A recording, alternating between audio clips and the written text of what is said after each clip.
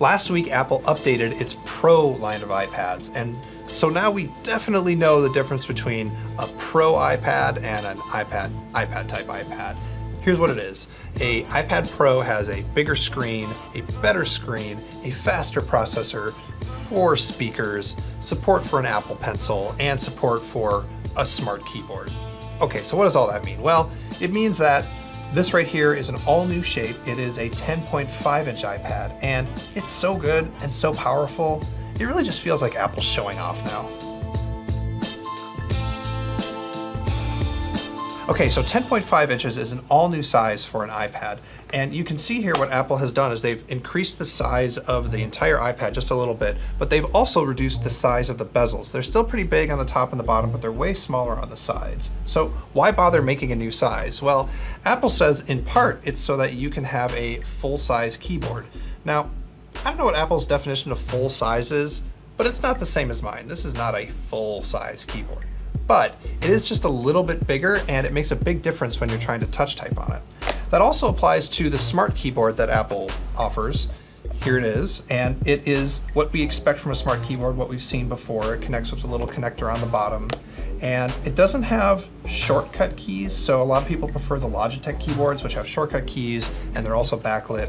But I really do like this keyboard. It's a little bit awkward on your lap, but it folds up to a really small size, so the thing is really compact and portable. Anyway, back to the screen.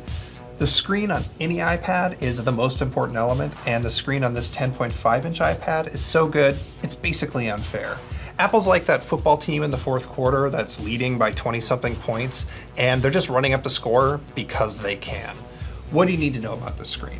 Well, it's 2224 by 1668, whatever. It's the same pixel density that we expect from high-end iPads, and everything looks great on it. It has all the iPad Pro screen stuff. It has a True Tone display, so it can ambiently detect the color temperature of the room and change the color of the screen to match it. It gets super bright, up to 600 nits. It's oleophobic, so you have fewer fingerprints on it. It's less reflective. It has a full P3 color gamut. It's fully laminated, so that the pixels feel like they're right there on the glass. All that stuff is pretty standard. But what's new on this iPad is that there's a higher refresh rate. Apple calls it ProMotion, and what it means is the screen can refresh at 120 hertz or up to 120 hertz.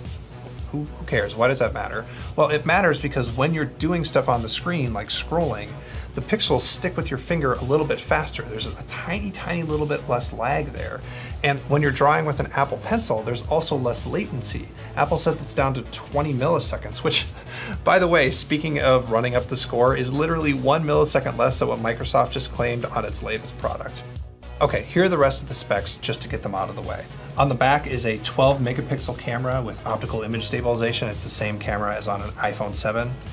I think it's super overkill for an iPad, but whatever, taking pictures with an iPad is a thing. It's okay, I don't judge. It's also really useful for document scanning if you want to do that. On the front is a 7 megapixel camera.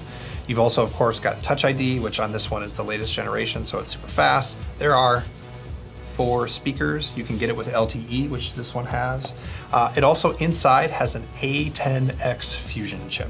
It's an Apple custom-made chip for iPads, and what matters is that it's just ridiculously fast. You're not going to have any problems with performance on this thing.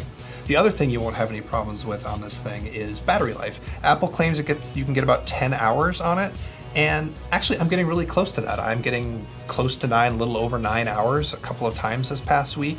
So that's good. Apple never lies about battery life, and that applies here. This thing should last you all day, no problem.